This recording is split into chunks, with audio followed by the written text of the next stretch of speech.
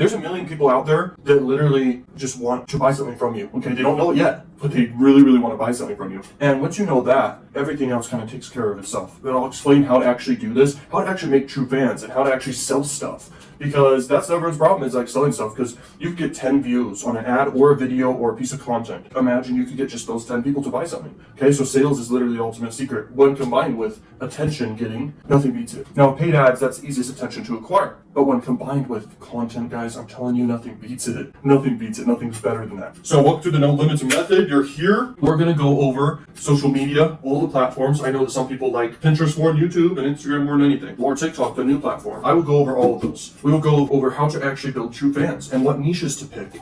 I'm going to go over how to sell things, how to create products, how to have a value ladder, how to scale a business, how to keep and maintain a business doing well, how to just focus and not worry about anything else. That's something I notice a lot of people need. For me, I mean, I can be all over the place. I'm kind of a crazy person. That took a long time to develop. And like I said, anyone's capable of anything. Anyone can do that. And I don't know who I'm talking to fully right now. Like, I don't know what your face looks like. I don't know what you look like. I don't know your education level or anything like that. But I do know one thing. You're a person and you have unlimited potential, like unlimited. You could literally do a million different businesses. Okay, not a million, but you get my point. Sky's the limit. For example, is like you could build this up, maintain it forever, and then do other stuff. So I'm involved in a lot of different stuff, and I tell you this right now, that when you focus and hone in on what you're good at, you make a lot of money. And everyone's capable of making videos online or making content online and sharing what they're good at. You're an expert at something, and you don't have to show your face. But if you do, you will make more money. But if you don't, you can also make a lot of money too. It's not something crazy that will like really affect you if you don't show your face, but it definitely can differentiate the results. The No Limits method, let's go. When you already have an email list or an audience in general and true fans, you're going to be able to launch a product and make money like a big spike of income very, very fast. And this works for any niche. The main thing I personally do this with is with my email list for sweepstake offers and any other CPA offer, and then with my personal brand. Those are the two things I personally do. You can even do product launch angle when you do paid ads because it's more desirable. Things that are scarce and urgent require urgent action for people to take action quicker. Basically, Jeff Walker's one of the best people to refer to. If you want to know big examples of this, look at huge companies and anyone really who does this that you notice when you're watching anything out there. Apple comes out with new products all the time, the iPhone and the laptops and stuff like this. Other companies that do this is the Prime Day for Amazon. They have a big Prime Day. There's just a bunch of other big companies out there that do product launches. I can tell you right now, that's a huge part of their business strategy. I mean, the value ladder is very important because it'll get people to naturally ascend with offers naturally and be aware of them. But when you do a product launch, it's like the people who have already been through your value ladder will buy. People who haven't even bought anything will want to buy the product launch more because it's so urgent and or scarce, which makes it more desirable. But that's not the only reason it works. And then there's frameworks and things you need to do for product launches. Now, once again, it comes down to your niche, but good price points is definitely mid-ticket to high-ticket. Never do a low-ticket for a product launch unless you're doing a book, but even then you should craft it into a no-brainer offer. The elements that make a product launch can definitely be debated though, because you want to hype up the product for the product launch beforehand. People say a lot, like you want to like prime people that it's coming very soon. You want to build that excitement for the launch beforehand, but sometimes you'll realize also, and I've discovered this, is building that hype beforehand definitely makes people anticipate it, but it's not super duper necessary though. I've experimented a lot with doing product launches for 1 day, 3 days, 1 week, and even doing it for a whole month, and all of them work. What you'll discover is, you know, most people buy within 30 days, and that's the time they really do need, and so 30 days for a launch is really good, but it's also, there's another angle you can do. You can build it up for 30 days and mention it's coming, and then launch it for 3 days, and then it's a big spike that can come for 3 days. Or you can do a whole entire launch for 30 days and get everybody aware of it during that time, and people will buy during that time knowing it'll be gone. So that's very powerful also to understand. With the product launch, the product itself does matter extremely, extremely. But the fact that the offer is new, and the fact that it's scarce, and the fact that it's so exciting, and the fact that so many people are interested in it and commenting about it, and there's views around it and attention around it, like that by default will make it just crush it. Doing a correct VSL is very important, but in general, you're going to just have your true fans by the product launch. And so everything comes down to the fact that you just need to have a lot of true fans. And in this business, if your mindset's just honed in on the fact that you need to just have a ton of true fans, then you're just going to crush it, because the more of the people that you have that will buy anything you launch, every launch will be successful like tenfold. Good price points, 100 to 3,000. Anything above 3,000 would require phone sales. And by the way, phone sales is very, very effective and powerful. I do phone sales all freaking time. I even have an income stream. It's not in the personal brand, but I also do it for a personal brand. Running paid ads to get people on the phone and sell them affiliate offers, sell them high ticket stuff, coaching and big programs and big courses. you can literally demolish. But a product launch is different because you don't have to do phone sales, and you can make just a big quick spike income and deliver really, really good product to your true fans, and they'll freak out. You can't just have one video, but you could. You could just have one video and run a targeting ads and run an email list to that one video, and you can make a lot of money. I've done that and tested that. I mean, that's made over 50 grand, okay, just doing that for a day. One video teaching a valuable skill, selling it over the phone. That was a powerful, powerful method. I've tried before, and I've tested all this stuff. And that's just a simple way. And I'm telling you, that was like a high ticket type thing I was doing. But I'm telling you, like, a price point everyone can get at, plus doing a product launch is literally one of the most powerful ways. Just understanding the fact that a product launch is just coming out with new freaking products all the time. That's basically the whole point of it, because a buyer is a buyer is a buyer. So just come out with offers all the time. That's what a launch really is. Add some urgency and scarcity around it to make people take action faster. You will make racks every freaking time. It's the easiest money in the world, but to get there, you could call it somewhat hard work because you have to build an audience and create content. But I don't know if anything else is more worth it. There's super easy ways to make money, like the golden ticket method is one of the easiest ways I make money by far. Passive income, you could say, is very, very great money with AdSense revenue with my big channel. But I'm telling you right now, product launch is the freaking most exciting way to make money because you make a bunch of sales all at once, and it's crazy. It's like euphoric, and you'll experience that 100%, and you'll see, like, it's ridiculous, okay, how much money you can make. I'm talking $1 million launches. I'm talking 6-figure launches. Apple does maybe $1 billion launches or something like that. Tesla comes out with new cars and different things. Do product launches frequently. How frequent? Probably each month. If you want to do every 2 months, great. But the thing is, your true fans don't necessarily care about the quality as long as the quality's there and you're doing your best. If you really want to be a perfectionist with every single element of whatever you're launching, let's say it's a course, you're going to go crazy, because the truth is your true fans are there for you, and they're there for themselves to get value for whatever it is you're offering. And you need to deliver that value the best possible way you can. But being a perfectionist is like you're trying to get the perfect setup, perfect lighting, perfect outfit, perfect frameworks, perfect everything. And you want to deliver your very best, but you don't want to be a crazy perfectionist where you are not able to be consistent, or you don't even want to do it anymore because it seems like too much work for you. But even if it was too much work, I'm telling you, the benefits outweigh any non-benefits. It's ridiculous. Launches are my favorite thing in the world. I'm sure you see why. You're going to freaking love them. This is a super, super key element to all of your online businesses that you ever do. It's a super key element to anything business-wise that you ever do. Okay, guys, every video inside of this program is very, very valuable, okay? Nothing is more valuable than the next. But in a lot of ways, this one is very, very much so important. So don't forget this. This is like the whole method, essentially.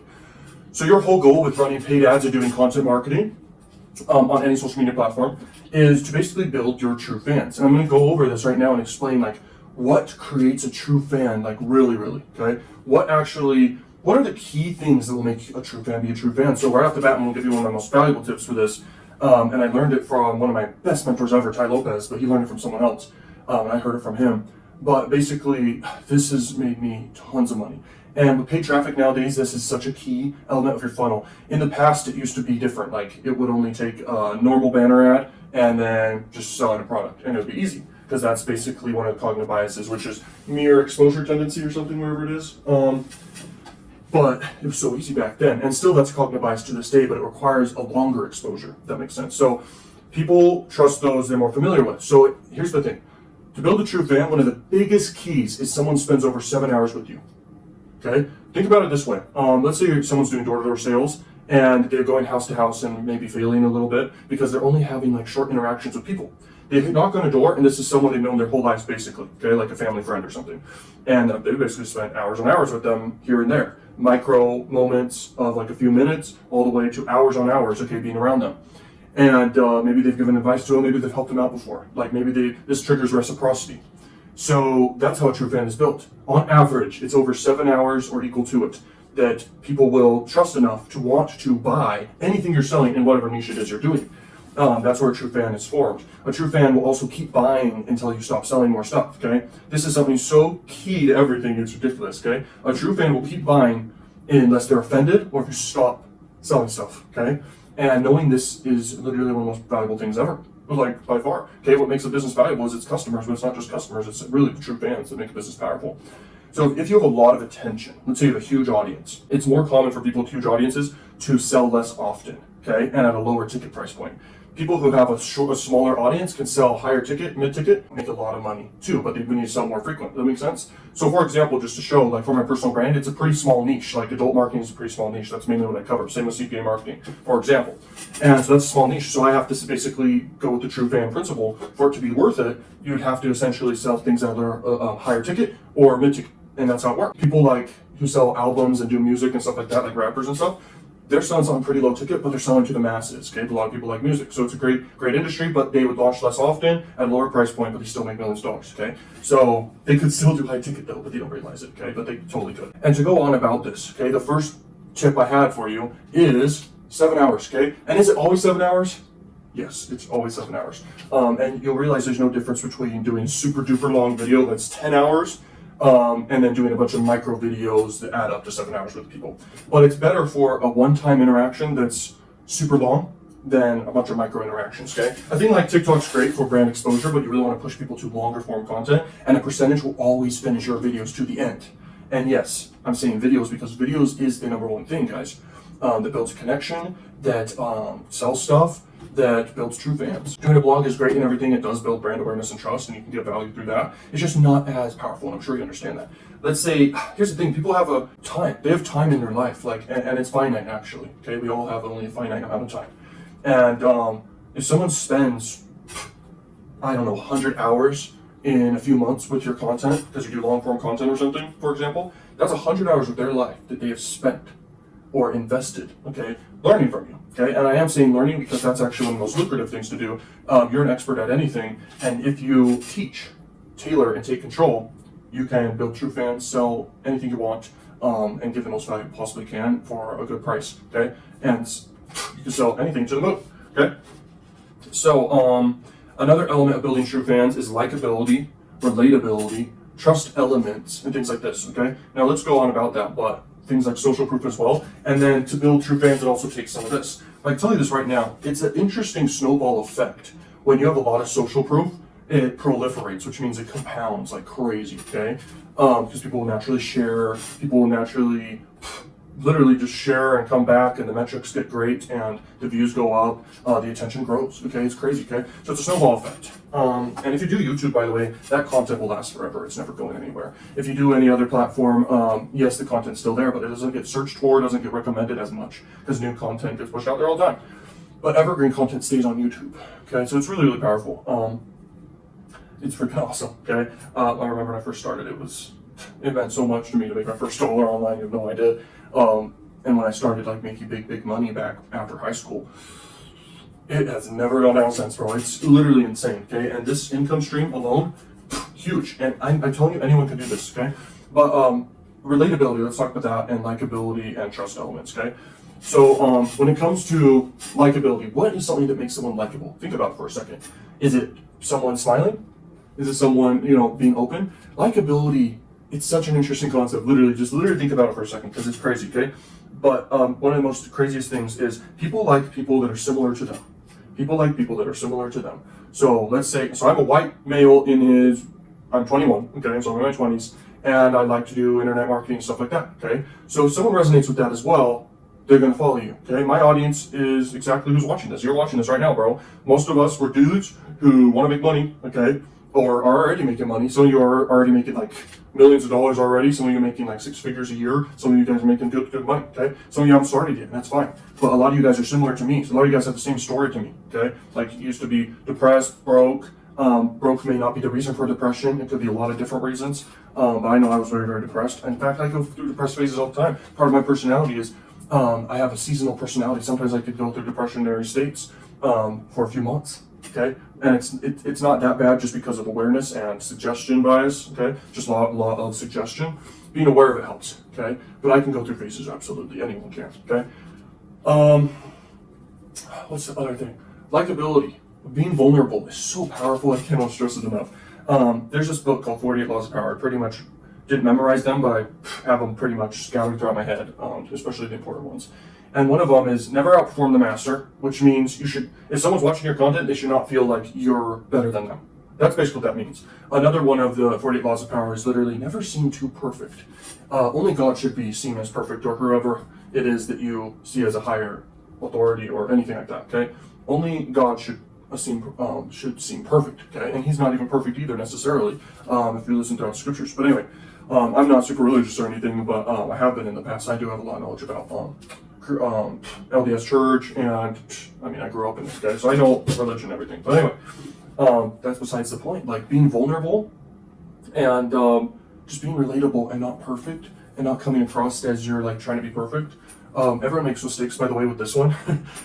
With my personal brand, I'm no expert on being a personal brand. I'm just me. I'm doing my best, to give the value I can, because I'm not in this necessarily for the money. Obviously, that motivates me to, keep going and stuff.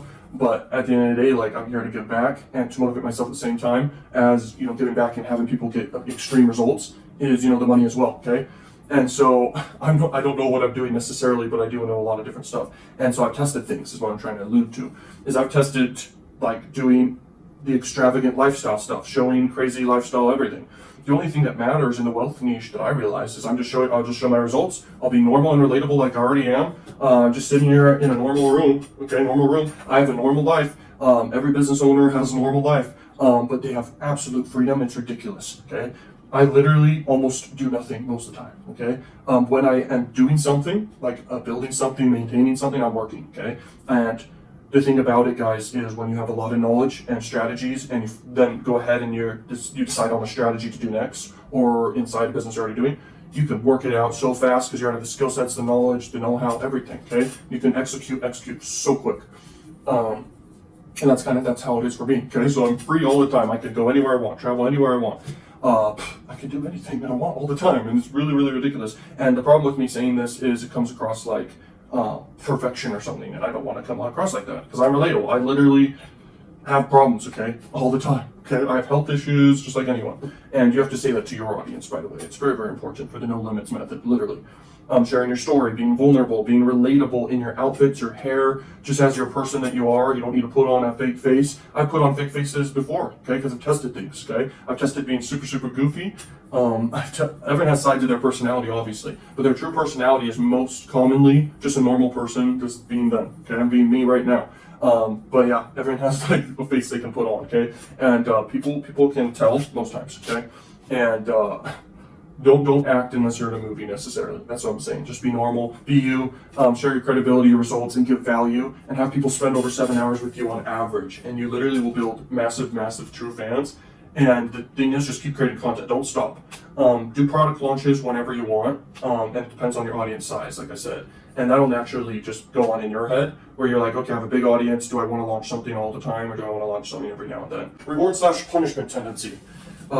This is a super response tendency. It's very powerful. So if this is instantly applied to the power of building true fans, people respond to big rewards. People respond to big giveaways. Just like this program has a huge giveaway for Bitcoin that I have planned. Like giving money to people, okay? That's reward bias. Reward bias is also answering people's questions that they've been dying to have answered, giving value to people. These are powerful reward bias triggers. Anything that releases dopamine in general, that's reward bias, and people will become true fans easier. Liking/loving tendency. People totally bypass anyone's faults or anything about them when liking and loving tendency is in place. So they ignore all the negativity.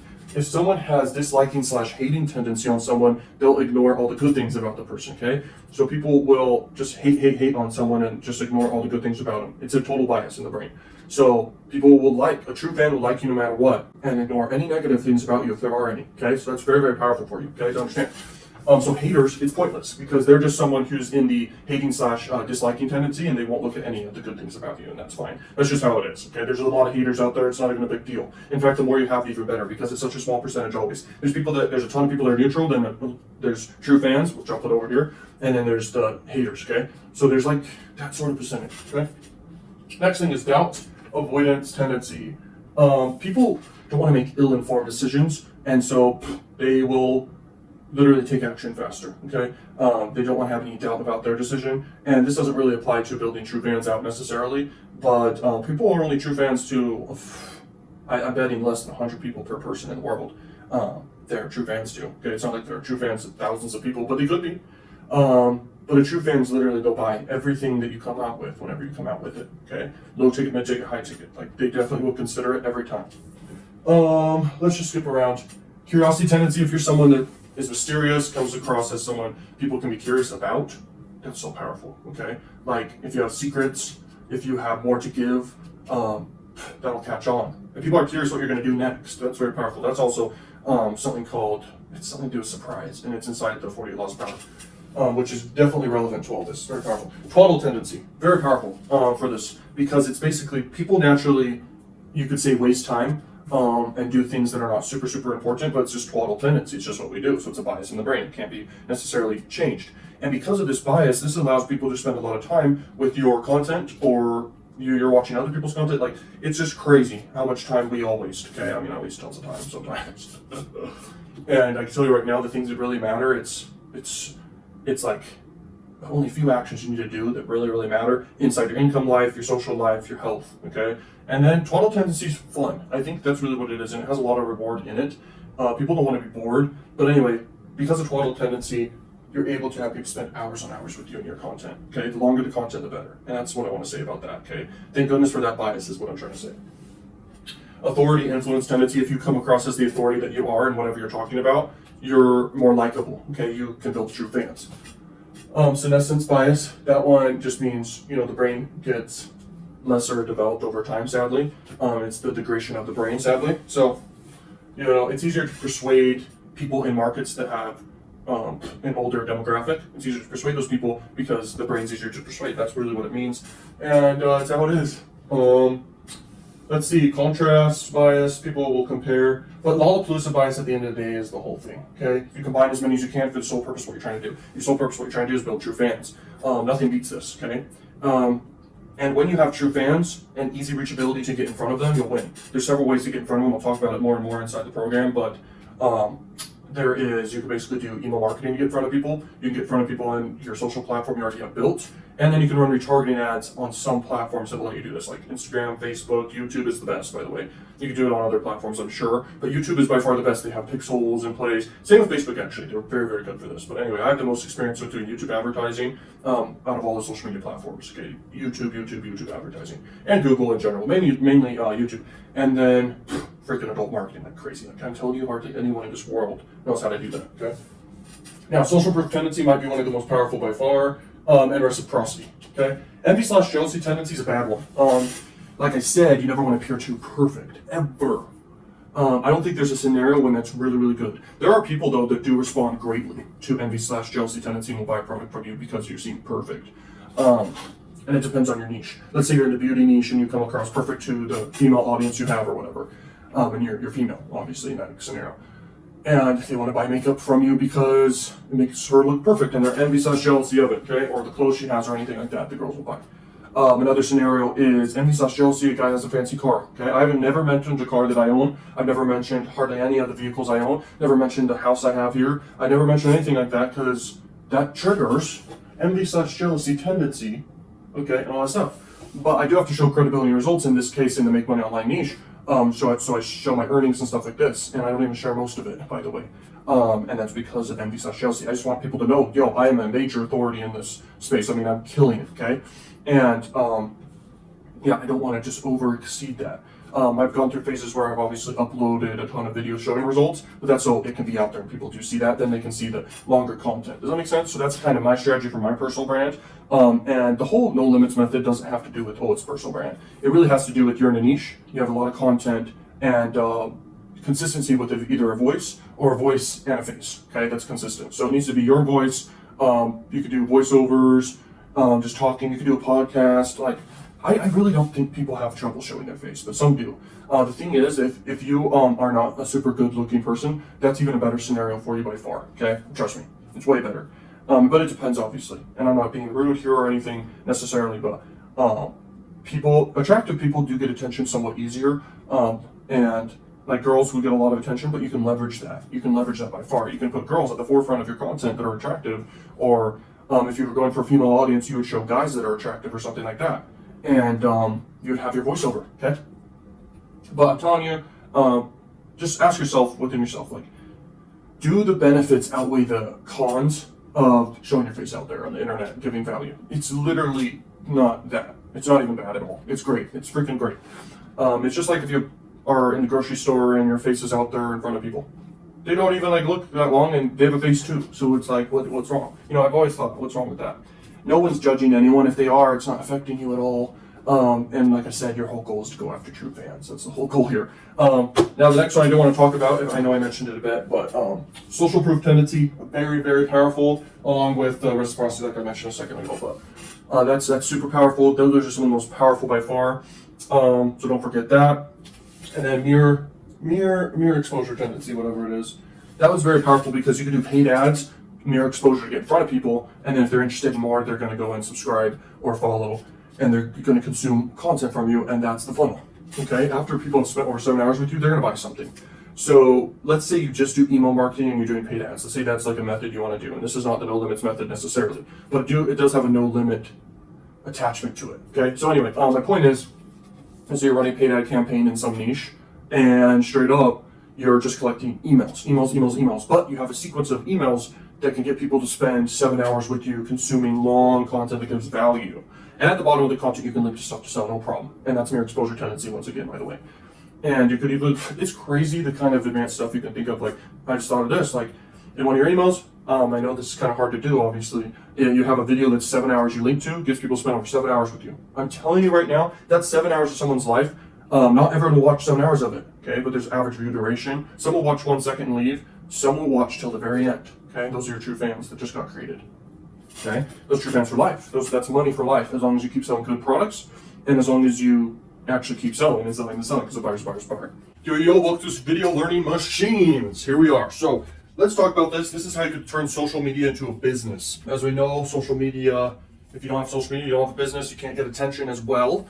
If you're a brick and mortar store in a local area, yeah, you can still get people coming in and make money, but I'm talking the big money. If you want to make the big money, social media is where it is. In fact, it's more quality than adult traffic. I know a lot of you follow me for adult traffic. You could still build an adult audience and sell adult offers specifically and other offers and stuff.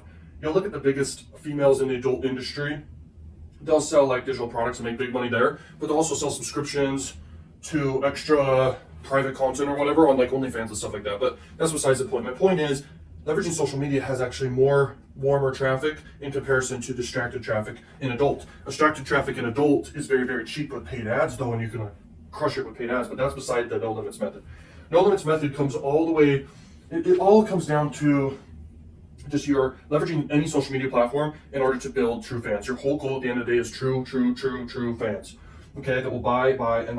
Okay, so let me give you some tips before I explain the different platforms here, because each platform is good for different things. And you could focus on just 2 of the biggest platforms and make a great living. In fact, you could just focus on one of them and make a good living. Like you could just do Twitter, okay? And I'll explain Twitter and all these things, like what makes them different from the rest and how to use them correctly in the right way. Okay, so let's talk about it. So when it comes to social media, let's just write down social media. Social media. Wow, I have horrible handwriting on a whiteboard. It's not easy. Okay, so social media money. First tip for you guys is steady growth. Okay? So your whole goal when you do social media, you don't want to just have fast bursts of followers and fast bursts of attention. That does happen with collabs. That can happen with high budgets of paid ads you want to do in a week or so. Or even buying followers. The power of a social proof, just buying followers, can be powerful in some ways. It doesn't get you banned. It doesn't like ruin anything horribly. It can mess up metrics in some ways, but in general, what matters is how people see your content. And with that higher perceived value of fake followers, that's great and all, but you want real followers at a steady growth is always going to be the best scenario, okay? Progression is what you want, trust me. There's nothing that beats that, okay? If you start with 0 and you end up with 1,000 in 3 months, that's pretty good, but it depends on the niche also. If you've been doing content marketing for years and you haven't like achieved like a good true fan audience in whatever niche you're doing, and it does depend on the niche though. Like in the wealth niche, you could have a small audience and make millions of dollars, okay? I basically have that currently in the wealth niche for my personal brand, by the way. You could be in a health niche and have a few thousand followers and make a good living, but you would need more. You would definitely need more, okay? You could be in the love niche and you would need a lot of followers for that also. And it's very easy in the love niche to get a lot of attention because you can leverage edgy content, okay? So steady growth, that's what you're going for. Next, you want to be consistent. Consistency wins, and it's not what you think. It's really what it is. It's consistency of your brand and consistency of message, but more so consistency of the person giving, okay? Because people buy from people, okay? And it doesn't matter if they see your face or not. They just need a consistency of voice or voice and face, okay? and that becomes a massive brand on its own, okay? And so you need to show up. When you show up, then people catch on and they know you, they like you, they trust you, and some hate you, despise you, and hate you. And the point is, a percentage will always do either or, and then some will come and go, okay? But it's the ones that are true fans that you're going for, okay? The only way to get that is to be consistent. If you're changing up, if you're doing bot voices, that's a whole nother strategy. But for this no limits method, it literally has no limits to it, okay? And so consistency is a big element to it all. And it's consistency that matters because you want people to spend over that 7-hour mark with you, okay? And it could be 10-hour mark, but 7 hours is a good framework to follow, okay? Next is, what is that? Content is literally the king nowadays, okay? The king is content, okay? Nothing beats it. I mean, when it comes down to marketing, in the past, like I've said it a lot, is it just took a little bit of paid marketing, you'd be profitable overnight just because you get so much attention for so cheap. Just like adult marketing. It's pretty much the same thing, just like adult marketing. Like, it's freaking awesome. Back then, with warm traffic. Cold traffic is what adult marketing essentially is, but it's still really profitable if you know what you're doing. Like, in today's world, you want to have a lot of content, okay, because it never gets lost, and it can be leveraged to just crush it. And here, think about it this way. You make content, some bombs, it doesn't do well, some succeeds super well, and you could just scale to the moon, bro. I'm telling you, that content that does well. And it's like a testing ground, it's for free. So you basically post it for free to YouTube or to any platform out there. If it gets good engagement, you know it's a good video. Maybe it could go viral on its own. But things that do well will also do well with paid ads, okay? And so you can leverage that as an ad all of a sudden and boost it. You boost that content. You can even boost crappy content, it's fine. The point is, it's getting out there and it's building awareness and all that stuff. You want to become a great storyteller. Good storytellers make a lot of money, okay? Think about directors of movies. Think about all this stuff. Think about big YouTubers. They are a great storyteller. And the elements of a story that you need to know is a character has a desire to either win, retrieve, to stop, or to escape, okay? 4 different things there. And they have that desire, but then the most important element is the conflict on the journey for the character. And there can be several different characters. That's when movies are created. But you as the person, you need to have your conflicts, your vulnerabilities, your weaknesses, okay? But you have a desire, a future-based cause, a future-based goal. That makes you the charismatic leader. And you are the character of the story and the show. And when people come to your social media, you're the character who has a desire. Maybe you have an episode style type content, okay? When you watch movies, look at this. But anyway, and even like TV shows, you're the character, you have different episodes, there are pieces of content you come out with. And if you're a good storyteller, you can come out with the conflict content, the drama content, all with you as the character with the goal you're going after. And that needs to be decided by you, and it needs to be real, it needs to be all relatable, and it needs to be, that's what social media is. It's not a movie, it's not a TV show necessarily, it's reality TV, it's you. And you can stage some stuff like preparing to go somewhere and do something for the day. And you can put scenarios and set up scenarios if you want to, but in general, a storyteller is super good at coming up with like the conflicts or knowing how to format the story and just understanding in general, life is a story. Everything's a story. Content is a story and people love it. And by the way, if you do content teaching, you should share stories. It's very powerful stuff. But I could go on and on about that, but the most money's here. If you can master this, sky's the limit by far, okay? So no limits. Let me see, guys. Vlogging is super powerful. Okay. Vlogging, not like what you think. Okay. Don't vlog your food unless there's a reason. Don't vlog boring stuff, but you can make boring stuff exciting with vlogging. Okay. Vlogging, you can have it be as long as you want, but you want it to be impactful as well. It's all about your strategy, but in general, like I said, 7-hour rule, you want people just to spend more time with you. So if you make an hour-long vlog, it can have boring sections of it people will skip through to. But if you want more exposure, watch time is key, and you want people watching every single second of your content. That's super important. But so shorter content that's a vlog and high impactful, it's crazy. You should model success if you do this one. Do a story format is the best scenario because there's incentive to watch till the end without actually incentivizing necessarily. People want to see the payoff for the character. They want to see the character's desire working out for them, okay? Throughout all the conflict. Conflict's what gets the attention and keeps it, by the way. The desire keeps them going still, but the desire shouldn't, when the payoff happens, it shouldn't last too long, okay? That's super important in stories. Most of the story is the conflict, okay? And the backstory makes people care. But regardless, my point is, model success. If you look at David Dobrik, if you look at Logan Paul, those are the biggest vloggers essentially in the world. Emma Chamberlain's a big female blogger and vlogger, and she basically will do longer form content, okay? Don't underestimate the power of silence. You don't have to have things loud and crazy constantly. You can have moments of just straight up silence, and you can see that in movies. You can see that happening with just a bunch of different YouTubers that do it. But silence is powerful. Being loud, a lot of laughing, is David Dobrik's vlogs. He has high Vin score moments. He has famous people in the vlogs and stuff. Like, you could just look at what they're doing and take notes and literally do it yourself too. And things that you can't do, you can do later. Okay, you can like put together a plan of what you can or can't do and be resourceful with what you currently have and do great vlogs. You can be straight up resourceful. I remember listening to a Mr. Beast and a video, and I've watched all his stuff that he's ever come out with, even the paid stuff that he's come out with, which is a part of VidSummit stuff. But anyway, he talks about the main trick to it all is be obsessed and have a great video idea. Okay, now you can be resourceful with video ideas, guys. Like if you we're doing markers, and I know this is very basic. Actually, let's talk about markers since I brought it up. And then let's talk about money and then books, okay? How you could do great video ideas for that are sensational. Mr. Beast, the thing that he'll talk about when it comes to ideas, he's going for the sensational approach, which is more predictable than doing weird content, funny content, etc., because those have more a probability of maybe not working in comparison to actually going for sensationalism and high Vin score deliberate content, okay? So let's say you had a channel about markers, or you just want to do a video about markers. You would do making huge, like, whatever the art would be, you do a huge freaking art piece on a huge whiteboard with markers, and you say 1,000 mark. I don't even know, like huge piece of art, and you try to figure out the titles. And I'm coming up with this as I go, but try to think of something, okay? But like just a huge whiteboard piece of art. It's too long of a title already. I don't even know, man, but you get the point. Like they make an amazing piece of art that's huge with markers, and that's like the sensational thing they do.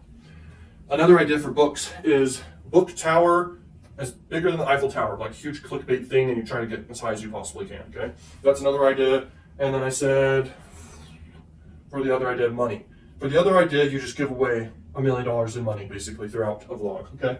Or something like that, or give away $100 in ones or something. But the thing is, that's not sensational as $100. You want something very high Vin score. $1 million is very, very, very, very, very high Vin score. Then you just have to keep the content very entertaining and deliver on what's promised by just being very entertaining and people enjoy the content. That's a great vlog, great storytelling. If you add a story element for the characters that have a desire to give away all the money before a certain amount of time's up, that's a conflict by default, is the time boundness, okay? Very important. Now let's check the time here, guys, and see. Okay, cool. So it's still running, good, because I'm suck, it goes on. Okay, growth hacking. Okay, the power of growth hacking. Okay, there's different elements to this, okay? One of them is you can basically do collabs. Collabs is a growth hacking scenario because, and you don't make it about you, you make it about them. So they can come onto your show or you can go onto theirs, you guys can make a deal. But a collab doesn't happen unless people have equal amount of followers, essentially, and engagement. And they're usually in the same niche. What happens is people are basically watching the content and the person you're collabing with is referring you to their audience, and the audience is more likely to go over and subscribe to you because you're similar. A lot of times in any niche you go into, you can even see this in YouTube analytics. You can see all the channels that are similar to your channel out there. Okay, and that means that a lot of your audience also follows those other channels, which is very, very powerful to understand.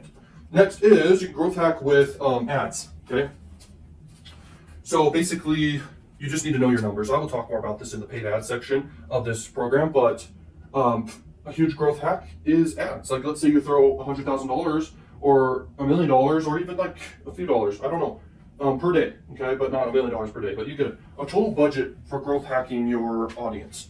What you can do with ads is you can hyper target the exact people that you're basically trying to attract. And you can get in front of them and get that brand awareness and exposure that's like so important. That's the key to it all, you know? And that's what paid ads would do. And then a percentage will always subscribe. And you'll know how much it costs per follower or per subscriber out of your advertising. It could be $1 per subscriber, it could be $2. But then you also would know your numbers of how much you earn on average per person who subscribes. And now you just printed money, okay? That's very powerful with this method. It's actually easier to make money doing this than a paid ad campaign trying to sell something. It's way easier to make money just trying to acquire an audience in a certain niche and doing content marketing every day and running ads every single day, okay? And steady growth, okay? Steady growth at the same time. Okay, and then the next element of growth hacking is called you're incentivizing people to share. So you could have like a giveaway and you could do Gleam.io, it's a site for this, but in general it doesn't fully matter. You can straight up just incentivize people with money or prizes to go share with their friends and family, or to basically give the video good metrics. So you would tell them to like, comment, and subscribe, and that would help your video actually do well. And you can tell them to watch the video till the end. That'll give it more watch time. And straight up, your video can get pushed out. Okay, it can get pushed out even more to the actual audience you're going after, and that's how you can growth hack. Okay, next thing, the ultimate growth hack, though, guys. Remember this. This cannot be ignored. It is friend score. Like I've said many times, this is advanced level concept in business, and I can tell you right now, you're ahead of most entrepreneurs when you just know that. Okay, because in content marketing, you're not making content for bots. The content's getting watched by real people, and people respond to these things. Okay, but more so, people respond exceedingly well to high friend score content. And you can score your content 1 through 10, and you can find content everywhere. I'm sure every day you've watched a high friend score thing, every single day of your life. In fact, you do high friend score things every single day. You've done high friend score things. You can do high friend score things. You have a high friend score talent, high friend score weird thing you can do. There's so much stuff. Ideas can be high friend score. Your content can be high friend score. And why this is important, guys, is when high friend score is done, it acquires a lot of attention. And what is attention, guys? Attention is money, okay? Attention equals money. That's just how it is, okay? Money follows attention. Attention follows high friend score. And high friend score equals money, okay? So just don't forget that is my whole point here. And there's high friend score things in your niche you can look at, and you can totally model after that. But if you look outward, you'll see big content in other niches, and you can apply that to your niche. Just crush it inside your niche. It would differentiate yourself inside your niche. Everyone inside your niche already knows the biggest people in your niche, and so you need to stand out. And how you do that, like I said, is like, you have your own interests, by the way. Like, you have other people you follow that other people don't follow that are inside the niche you're making content in. And you can basically get ideas from these people you follow that what viral for them, and you're interested in it and you like it. You can combine that and be different inside your niche, and you can get a lot of high friend score attention, which is ultimately the goal for social media. Okay, so, and that's where the money is. Now let's talk about this, guys. Let's talk about the different social media platforms real quick, okay? So we got Instagram, okay? Instagram. What do you think Instagram basically is, okay? Instagram is basically a showcase, and it is highlights of your life, basically. It also has Instagram stories and all this stuff, so it's also reality TV, and it's TV. So Instagram can be a platform you could just focus on only and grow on that. Doing collabs on Instagram is very easy. Shout out for shout outs very easy. Sharing people's very easy, and posting the content super easy. You need to do a lot of videos though, in this case, if you do it, because video content wins. You could do pictures and all that stuff all day, but if you do pictures for your feed, that's great. And then if you do Instagram stories every single day that are videos giving value, that's great. And you could save those videos into your profile and people can go watch them, okay? So that's super crazy powerful to understand. You can give tips and all this stuff inside of your stories. You can categorize them and everything, and you can crush it on Instagram, no problem, okay? In any niche. There's everyone on Instagram. Let's talk about YouTube. Okay, so YouTube equals, they're long form, obviously. Okay, long form content. It's the longest form content you can do, other than also Facebook you can do, but Facebook's a whole nother thing. Okay, it's starting to die down in some ways. It's less attractive than all these other ones, okay, that I'm about to show.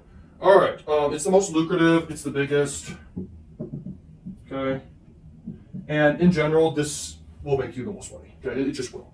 YouTube is where the most true fans can be formed, like by far, like true, like huge super fans can be formed from YouTube.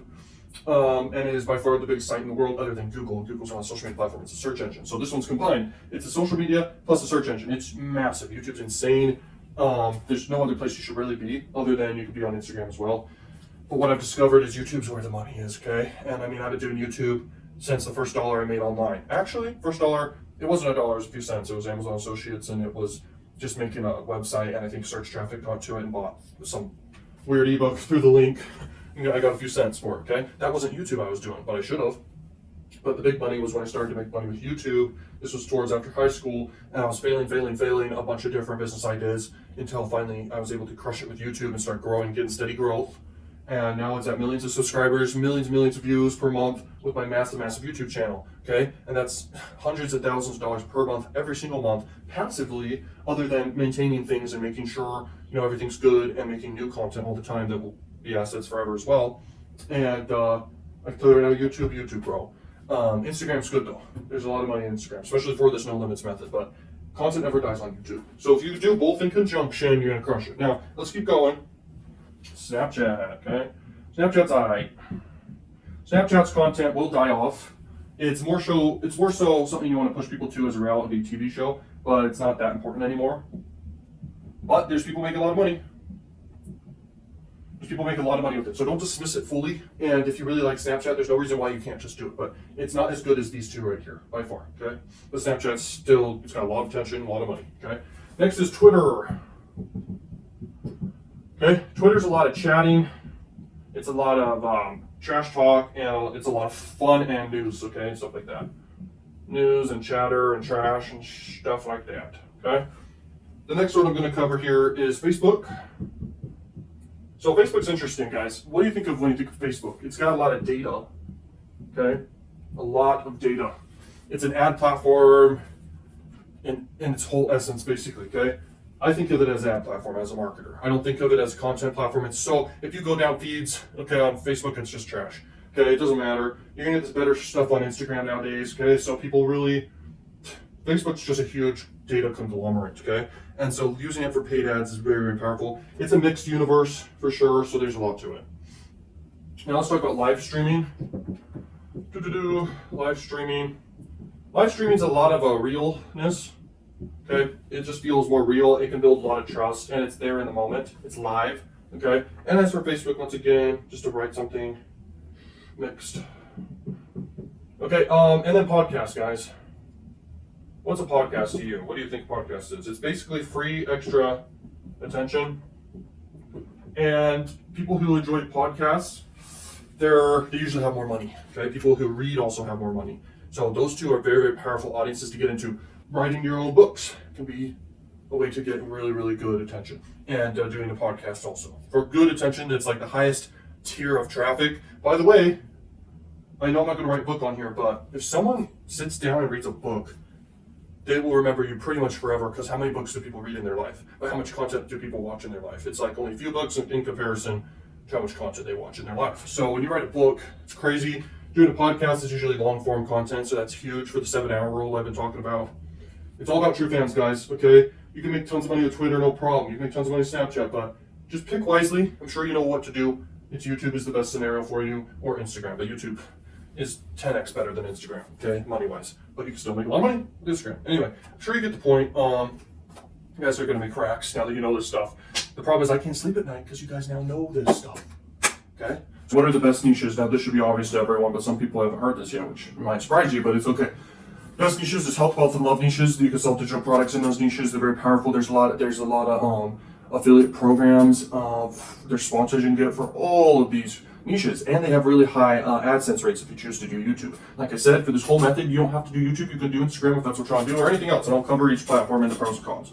But YouTube has no limit, really, to how long videos can be, and that's probably the most powerful thing by far. Instagram Reels, it's alright, but once again, it can't last forever. The content can't last forever. It'll get hidden. It will get hidden, okay? So those are the main niches. Now, does it mean that that's where all the money is? No. Like, there's money in all these other niches, guys. Like, so much money in all these other niches. But these are like the biggest niches, and you can get a piece of this pie that can become a lot of money for you. I'm telling you, it's a lot of money in each one of these health, wealth, and love niches. Acquiring traffic for those niches is super. It can seem expensive and stuff, but I'll talk about paid ads and tricks to it all later. But man, I'm telling you, there's a lot of money in those niches, and the thing is, if you pick the wrong niche, you're gonna struggle. But the thing is, at the same time, like, you can be interested in a topic and an expert in a topic. Like, let's say it's a hobby. Like, let's say you like to make chairs. Like, you love to build chairs or something. That can be still a great niche, and you can have a lot of ways to monetize in that niche. You come out with programs how to build different chairs. You know, have kits for it. You could sell your own custom chairs. You could build one chair that's like exclusive, and it's one chair. You could have a high price point for that chair you made. There's a lot of elements for that. There's affiliate programs. You could be Amazon associate program. Then you have AdSense revenue you're getting, or not. Maybe you're on another platform, like I said. But in general, it actually really doesn't matter the niche. The thing about this world nowadays is, if you do content marketing and you have stuff to sell, you could be in any niche and make racks, literally, or just make a great living, okay? And so nothing beats that, right? Like, you could be interested in the craziest things, in opinions of others, obviously, and there will always be a million people interested in it as well, okay? And there's a lot of times it's not just a million people interested. There's millions of people interested, or billions of people, okay? whatever niche you pick. So, for example, I'm in the big entertainment niche, and then I'm in just being a personal brand, teaching what has made me money niche. Okay, those are two different niches, and I think I picked correctly because I'm getting a lot of attention and promoting offers that are like free giveaways and other offers here and there, like in the health and wealth niches and love niches. And then, I'm promoting that stuff with free traffic all day long, that big channel. And then there's this big personal brand. It's in a wealth niche in a way. Okay, it's a subset. So just pick a niche, and literally you'll make a living, or you'll straight up make endless amounts of money, limitless amounts of money.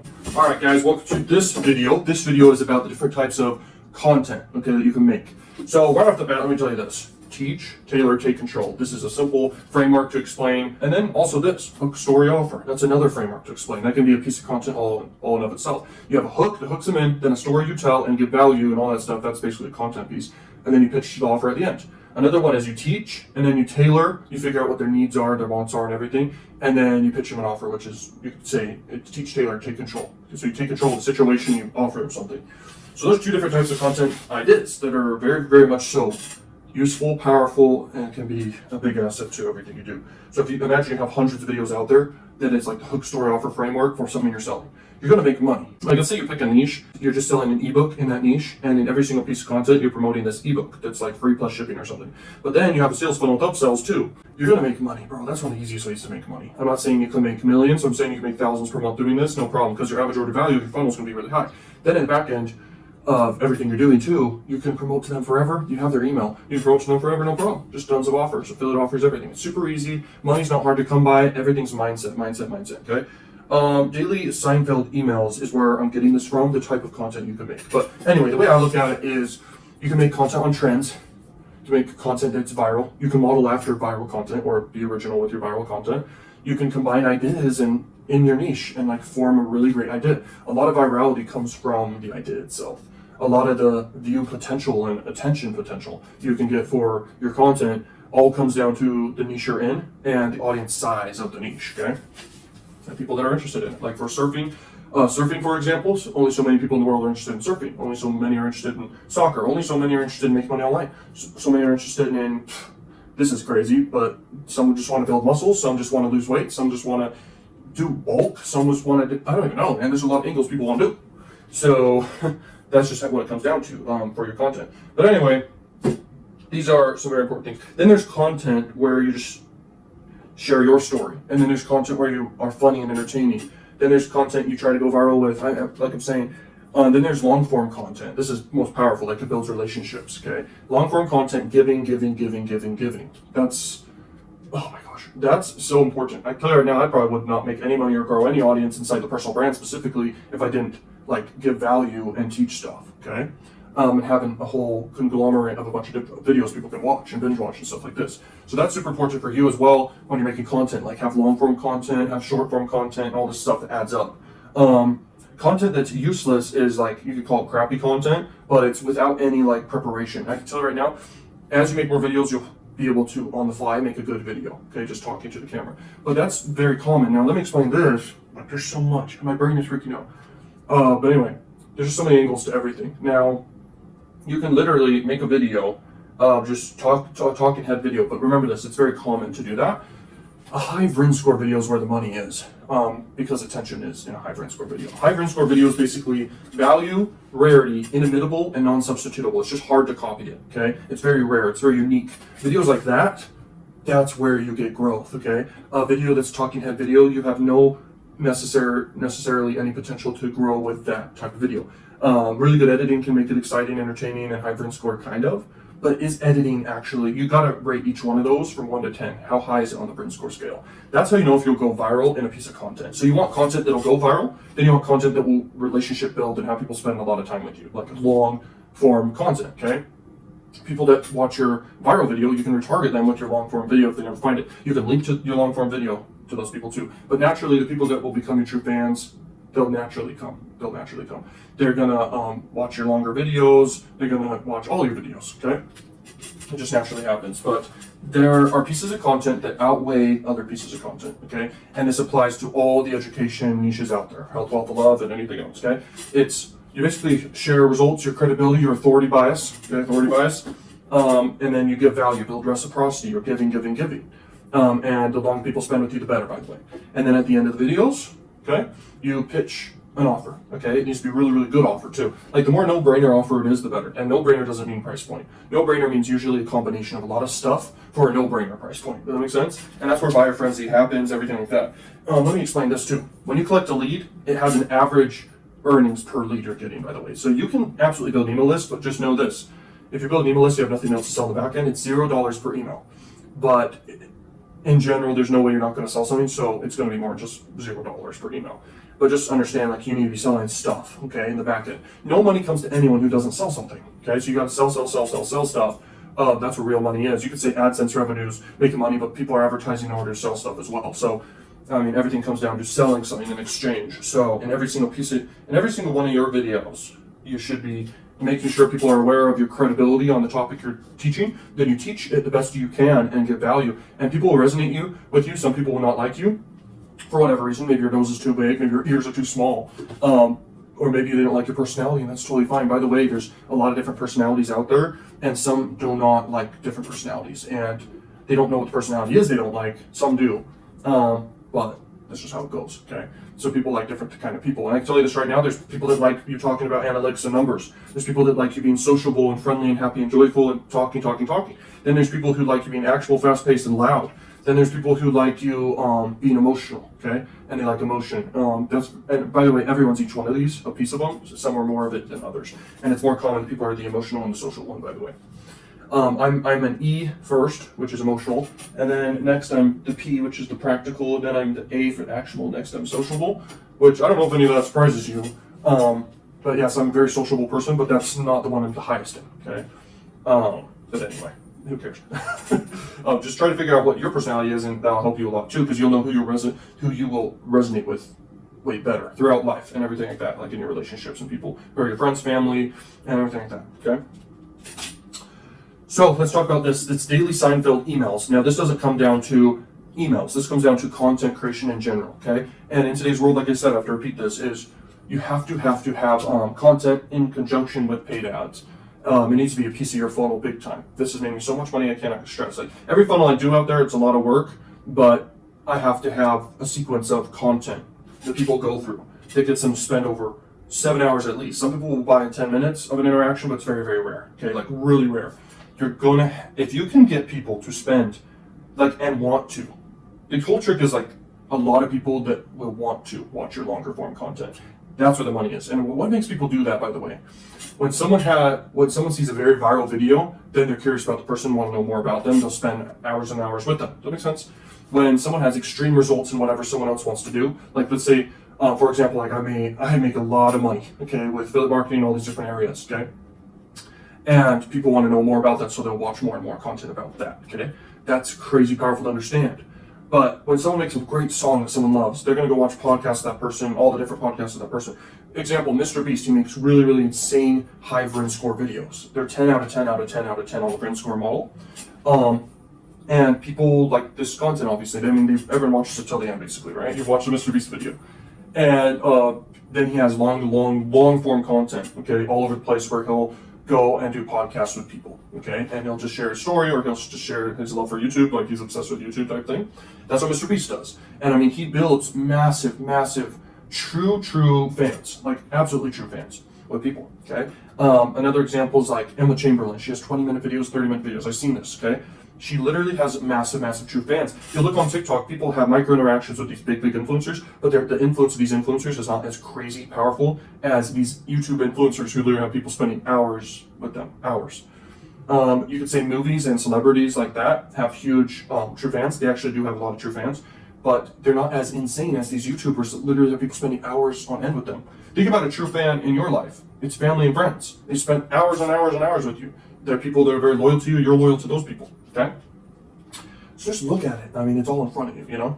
So those are the things I wanted to share right there from me. Now, this right here is the Daily Seinfeld emails. You could call it Daily Seinfeld content creation, okay? So what happened today? The episode style type content, okay? What happened today? And you just start talking about what happened to you that day.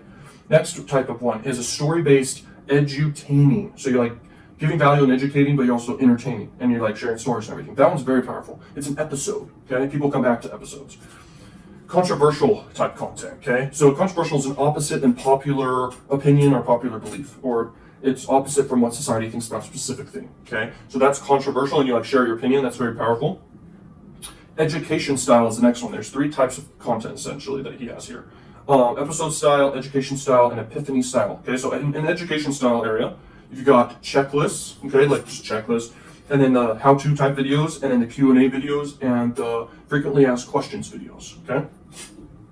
And those are basically education style type content, or just teaching something in general, or doing a case study type piece of content. But it's very much so common to do the how-to videos, and people do like how-to videos more than the Q&A or the frequently asked questions videos. Okay, but Q&A also can be pretty popular in that section too. The episode style content will be your best scenario for building longer interactions with people because it's more entertaining in general. Now let's talk about the epiphany style videos. Idea videos, like giving people ideas or sharing your ideas on whatever it is in your niche, okay? Inspirational videos, like for example, sharing results, sharing credibility, sharing, maybe just giving motivational speech, like inspiring people with something somehow, like people want to feel, okay? And a warm feeling type piece of content, like giving money to others or something like that, or charity, that's powerful, like really powerful. Enlightening / thought-provoking, okay, for an epiphany style video, okay? Enlightening or thought-provoking, okay? So sharing light on a subject, surprising someone with some knowledge that they didn't expect, or just something very thought-provoking. Like, I've never heard that before. The other one is challenging existing dogma or beliefs, okay? Challenging existing beliefs. So let's say you're in a religious niche, for example, that's very congruent with beliefs there, and you're just challenging their beliefs or something. Let's say you have a different religion, you're challenging other religions out there or something, and that content can get picked up. But in general, guys, out of this right here, from what I see, the ones that really stood out to me here this is someone who put this together, okay? The how-to and the Q&A videos are good for the educational. The inspirational and the thought-provoking ones are good for the epiphany style videos. And then story-based edutaining and what happened today videos and controversial videos. And then videos that can be short and showing credibility are really powerful. But in general, I'm telling you, high VRIN score videos and then just long value giving videos will make you rags. I'm telling you, high VRIN score videos that are separate or can be in combination with longer videos. But it's easier to do high VRIN score video that's shorter, okay, that can go viral. And it's easier to do that than do a super long, crazy video, okay? That's like crazy, like a movie. A movie's very high VRIN score. Not many people know how to make a movie and get it out there to the world and have an amazing movie that should get shared and loved and rewatched again and again and throughout the future. So that's hard to do. But making a short form piece of content is crazy. And I'll tell you how to make a viral piece of content in any niche.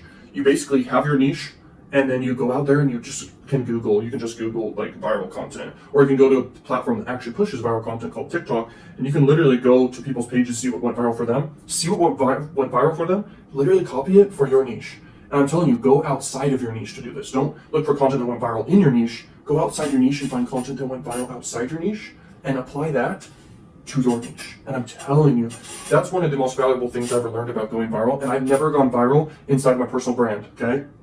But I'm telling you right now, I just haven't put the effort before. And I'm kind of embarrassed because, I mean, it's me, and I'm putting myself out there, you know? I've had some videos I've tried to, that I have created that could go insanely viral, but they're so embarrassing, bro. And this is interesting, the thing about virality is like being weird or doing weird stuff, that goes viral.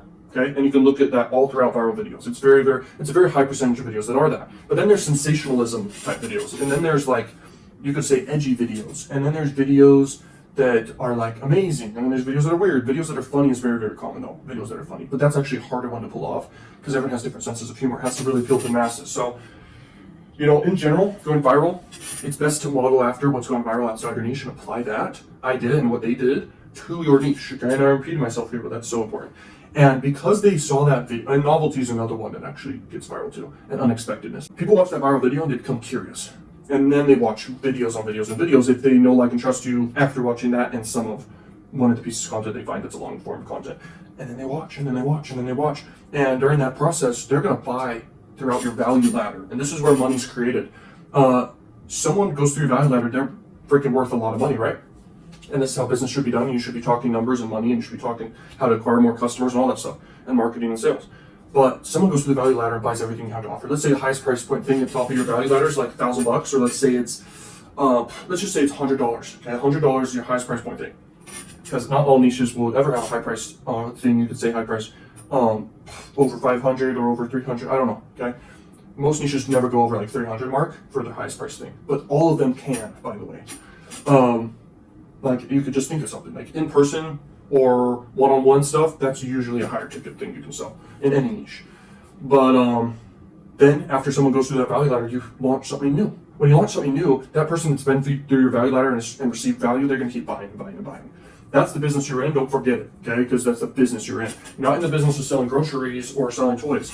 You could, but this is a content marketing business, and you're selling mainly value in exchange for money, and you can also do affiliate marketing and stuff like this. You could even do physical products. But my point is, you're in an education niche, you're giving a lot of value, building trust and true fans, and you're selling educational products in that niche, and you build a value ladder from there. And by the way, a value ladder I'll talk more about in a video here inside the program, but value ladder should only have like three.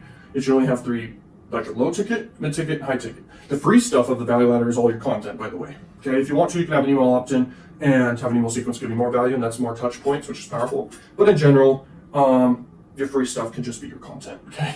And then people like it, and then they're gonna buy low ticket, they like that, they're gonna buy mid ticket, they like that, they're gonna buy high ticket. Some will just buy it all at once, some will buy in backwards order, some will buy in the exact order, a lot will, okay?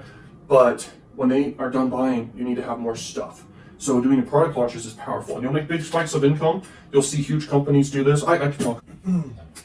All right, Learning Machines, welcome to this video. This is about value ladders, okay?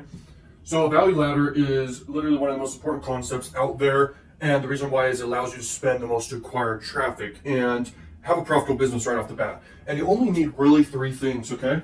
Actually, you really need four, my bad, okay? So you need to have, let me draw out the value ladder here. And then I'm going to also put a random star here. I've never drawn this like this before. And then we're also going to do that.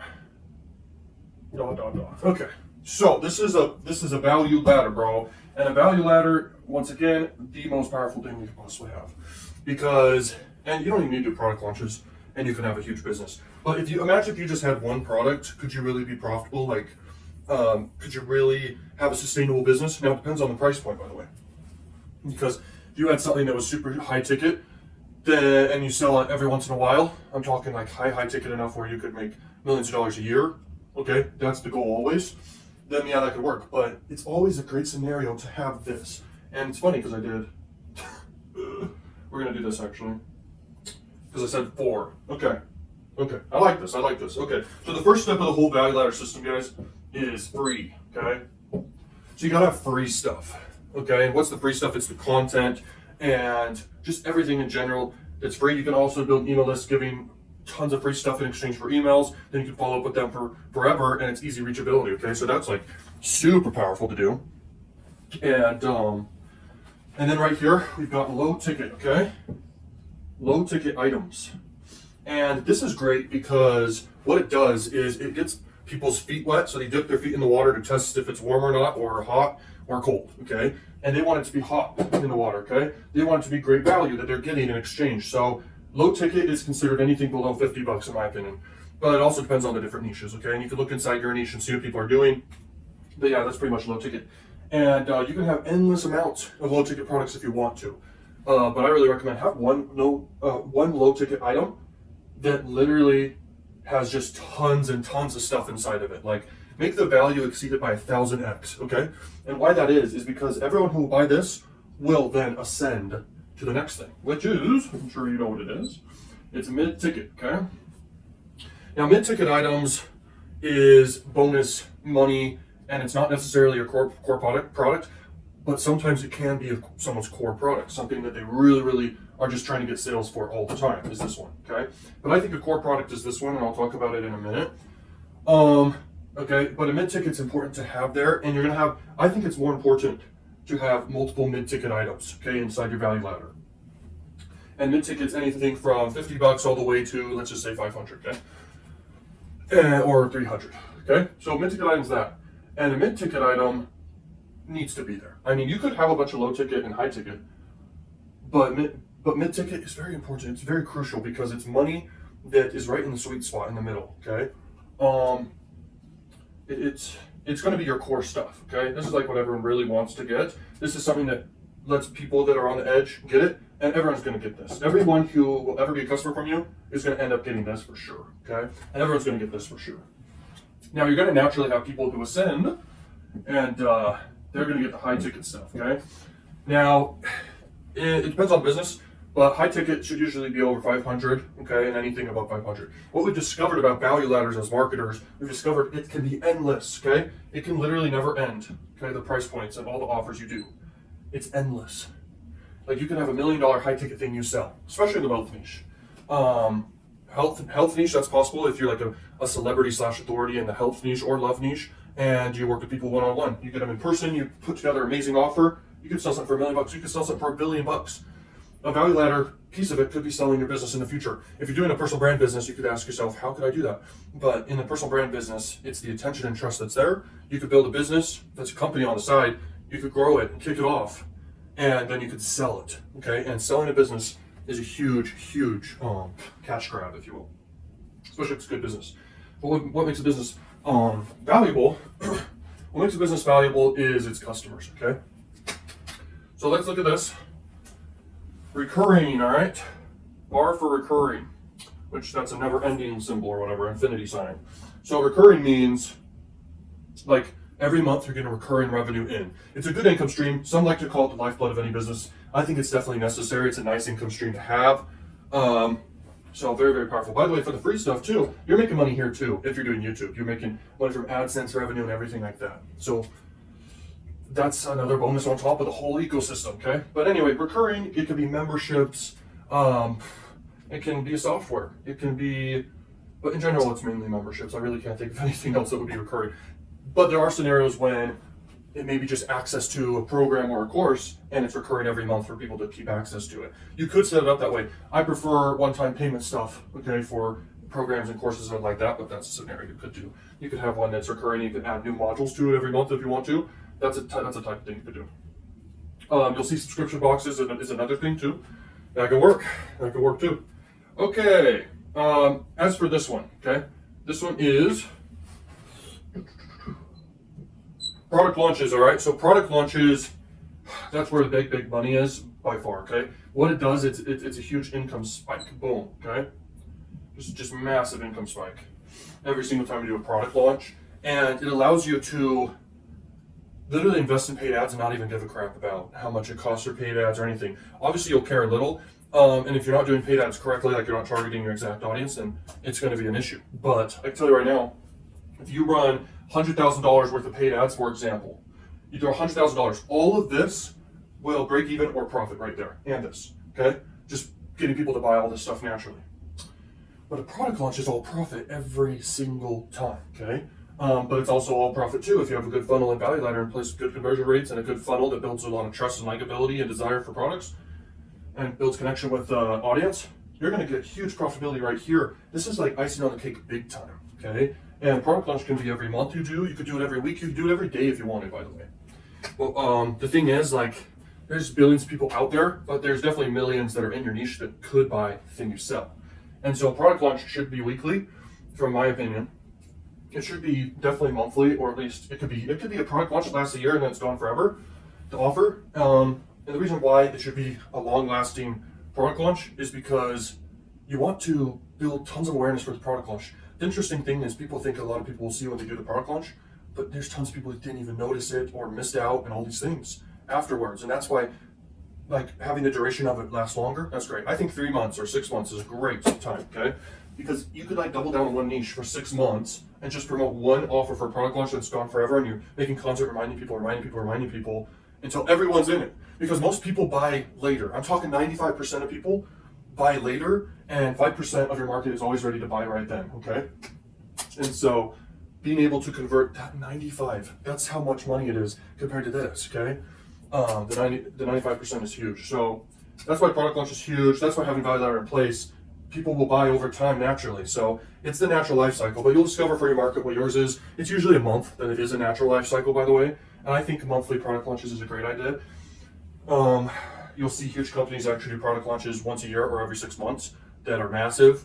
A guy I learned product launches from named Jeff Walker, he does one like every year and that's it. Just one big one every year. All the content he does adds up to that moment. I think that's too long to wait, and I think doing a product launch once a month is it's the most optimal, most powerful. I'm telling you, you'll make racks. This is important to have in place, like I said, but nothing's more important now. You could literally cut out all this, by the way, all this right there, and keep this. You cut out that and just keep this, and you'll have a huge business, guys. Because let's say you're running paid ads, $100,000 in paid ads, for example, and you're growing an audience to the content, and then you do a product launch after you spent $100,000, and you make, let's say, just $200,000 back. Let's just lowball it, because I think it'd be way, way higher. You just made a huge profit just from one thing. And then next month you could do it again, and let's say you don't do any paid ads, you made a profit of $300,000 all of a sudden. Okay, so it's spike, spike, spike, spike, spike. That's crazy powerful. All right, so we're going to talk about paid traffic in this portion of this program. Now, paid traffic is the holy grail if you can get it profitable. And getting it profitable is very predictable when you do content marketing, have a value ladder in place, you're going long term with your business and with your mindset, with everything, you're going long term with it. That is literally the key to paid traffic nowadays. In the past, it used to be different. It used to just be used to promote one-off, you make money. Also with paid traffic, understanding that if you're going to do like product launches, you're going to make money, man. And you're going to make a lot of money back on your ad spend. And you're not even going to be fearful about spending any money on ads, especially if you're targeting the exact people in your demographic and in your niche. You're going to have no issues. Like I've said a lot of times, I am leaving it up to you guys to decide what platform you want to use, but I do recommend YouTube the most. You can, with paid traffic, you can run retargeting ads to those who've liked your content, to those who are subscribed to you. You can even run retargeting ads to those who have viewed certain videos on your channel, and you can run retargeting ads to everyone who's viewed your channel in general, okay? And so understand that's huge. When you have an email list, that's powerful because it's easy reachability. By the way, retargeting ads are also easy reachability and very, very cheap, okay? For your product launches and for anything you ever want to do, but mainly product launches. If you have a new video that comes out and you want to get it pushed out to good people that are positive with your content, then literally you can literally run retargeting ads to those who've liked your videos in the past and those who are subscribed already, okay? Because YouTube doesn't push necessarily out to all your subscribers every time, because sometimes metrics of videos cannot be exceedingly great. But you can always just do your best. But anyway, you can literally very cheaply retarget people with paid ads. Now, that's not the whole key to this. The whole key to paid ads, and the reason why you want to do it, gets you pushed out there quicker in your niche, builds your authority and social proof very, very fast. And, attention equals money. So if you buy attention, you're flipping it. You're basically flipping it. It's almost like you buy shoes and you sell for more. You freaking flip the traffic, man, all day long. Okay, no problem. And the whole purpose of paid traffic as well is building that brand awareness, that exposure, okay? And you're trying to outreach to people, outreach, okay? And trying to open people as much as you can. The more opens you get, the more money you're going to make, okay? Because, and especially if you open people correctly, okay? You can know if a salesman is going to be a great salesman if he knows how to open the conversations really, really well, okay? Like high energy, good excitement, good emotions, good vibes, all these things, like that's a great way to open, okay? Trust, credibility, authority, likability, all those things, okay? When you're running paid ads, you're running paid ads to either a picture or a video. So that's what I'm saying. Like you gotta hook people in and open them correctly. Like you can know your income level if you're able to open people the right way. That's all I'm trying to say here with paid ads. Like, and how to do that, there's so many angles to it. It's not like there's one way to skin a cat. Opening people with positivity, not negativity, or not like wasting the words, okay? Because then they'll skip the ad or they'll skip any content or just bypass it when they're scrolling. You gotta hook them in. And if you grab their attention, that's already a positive thing. And then, you got to hit them with novelty, unexpectedness, something that has a viral trigger to it, which things that have viral triggers are likable things, okay, to people. And then that'll make them curious enough they're going to go through your funnel and your paid ad will work.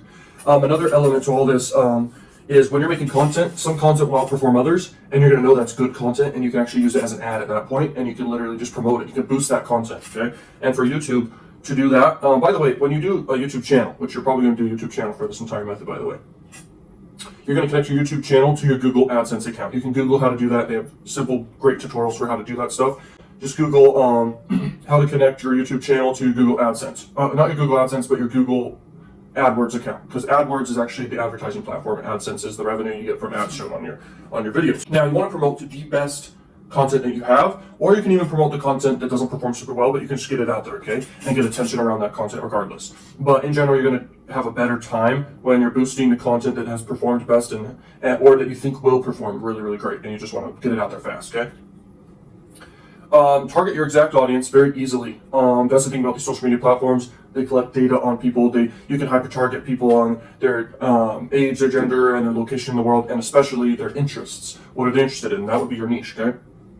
and you can access millions of people in your niche. All you have to do is pay for it. Like, you can throw $1 million at advertising worldwide, by the way, okay? And you'll get 1 million followers, okay? It's basically like $1 per follower in a way, okay? Now, you could throw $1,000 and get 1,000 people, and if you sell something for $1,000, you break even, and then you have to put more stuff in your value ladder, future product launches, you know what I mean? And understand that's huge. Now, did you notice when I said you can go worldwide with your advertising? Now, this is good, and I learned this from a book called 1 Million Followers. It's really, really powerful stuff. So, when doing content marketing and this whole business, it's good to get in front of everyone across the globe that speaks your language. So you could target English speaking people and then just target worldwide, okay? And what that does, it makes your advertising way, way cheaper, and you can grow an audience like way, way faster and cheaper, okay? And you can reach a certain threshold that's a good threshold. Because that's with your advertising, you don't need to throw out $1,000 a day unless you want to. It doesn't matter. It really doesn't, because it's directly proportional. If you spend $1,000, that's $1,000 worth of attention. It can be converted into 2,000, 3,000, 10,000, or break even. Okay, most times it's profitable, especially with a long-term business like this. It's always profitable.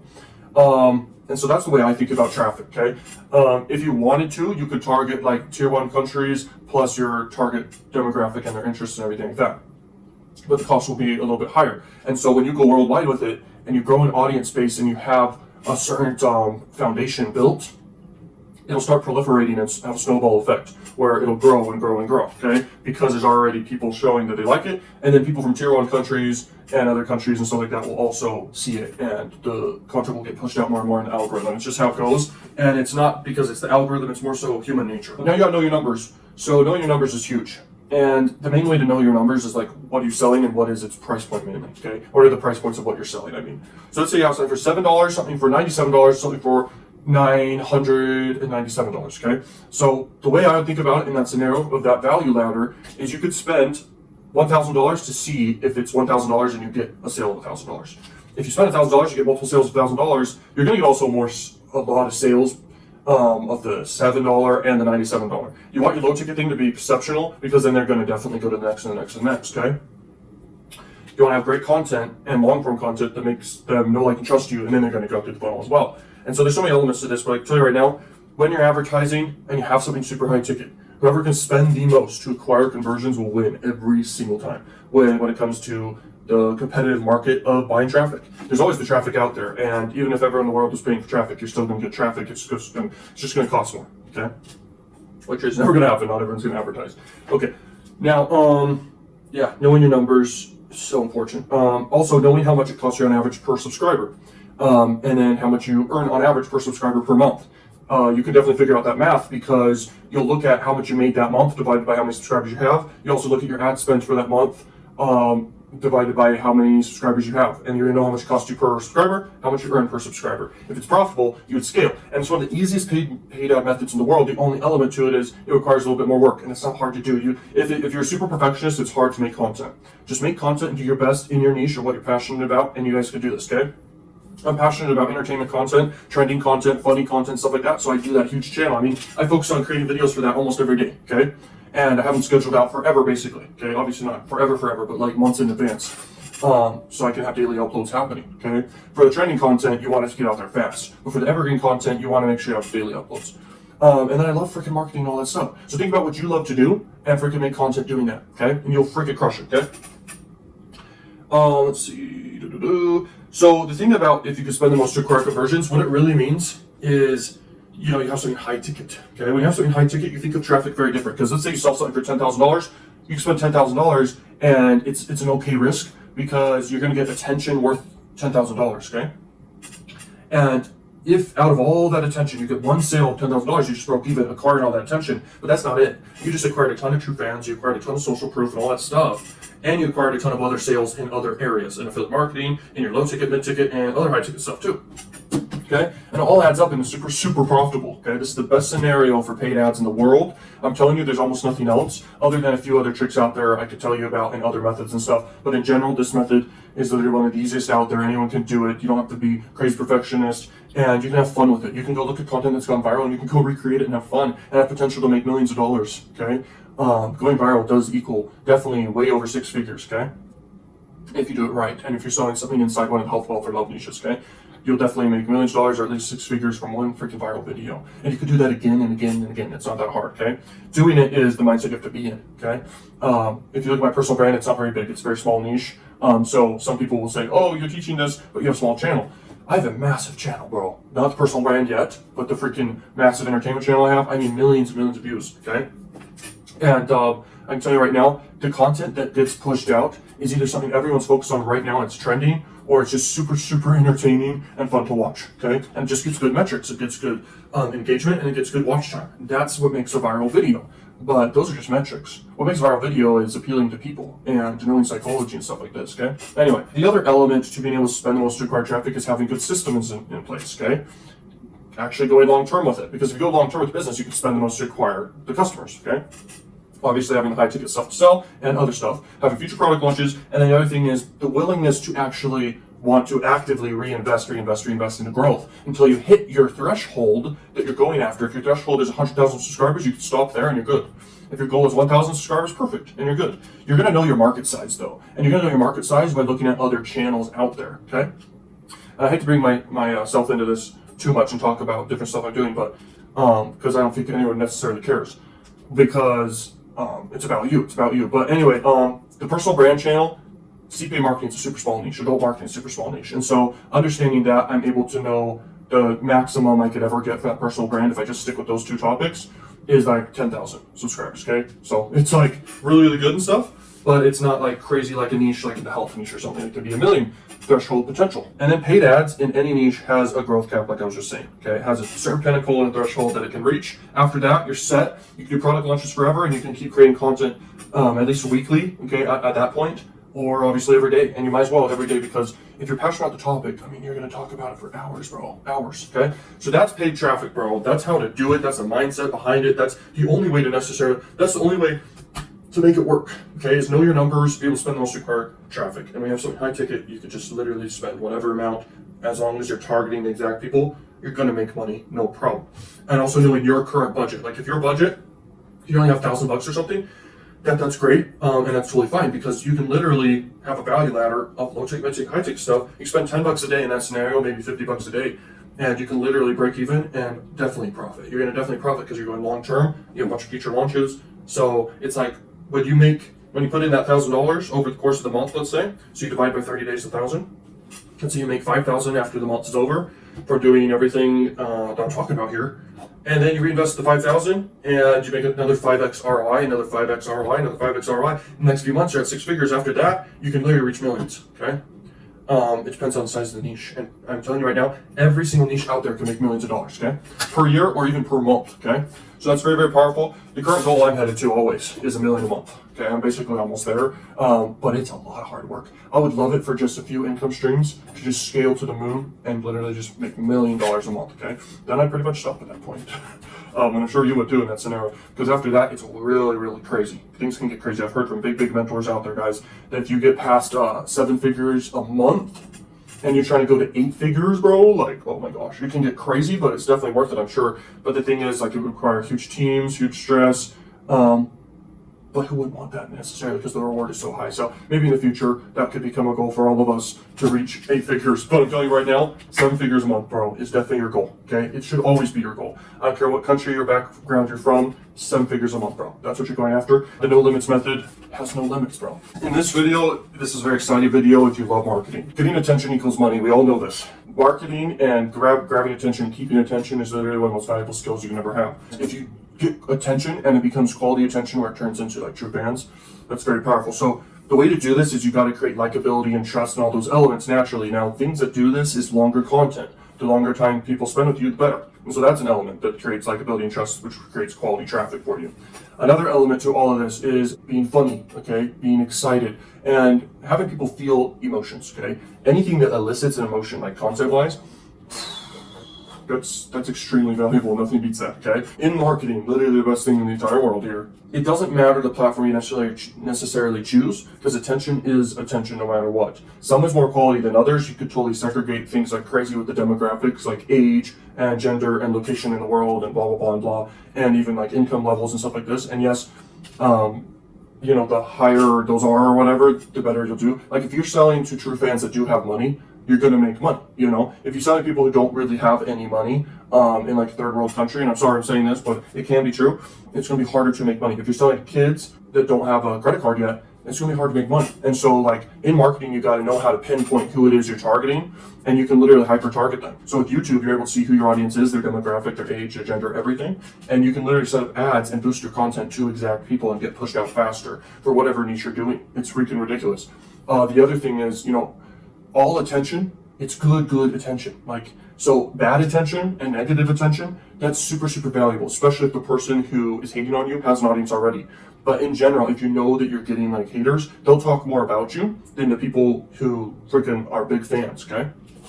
And the reason why is big fans are positive, and the thing about negative people, they want to get heard and know that are not alone, that they feel like they're not the only one who hates on this individual, okay? And that's something super key to understand, because the more haters you have, the more publicity you can actually get, which all publicity is good publicity, and all publicity you could possibly get, okay? Even if it's a weird publicity, like let's say you did something odd or weird, okay?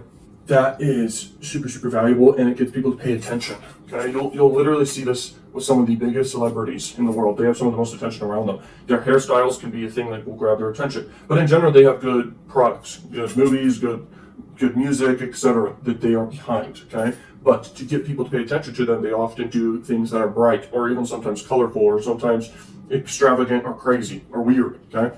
Because they know that any type of attention is good. It doesn't even matter. Wrapping your head around this is probably the most important thing. He even came up with saying, oh, the Fiji mermaid. He came out with the Fiji mermaid. It was like a monkey attached to a fish's tail or whatever. And doing that got him a ton of publicity. Huge publicity. Ridiculous.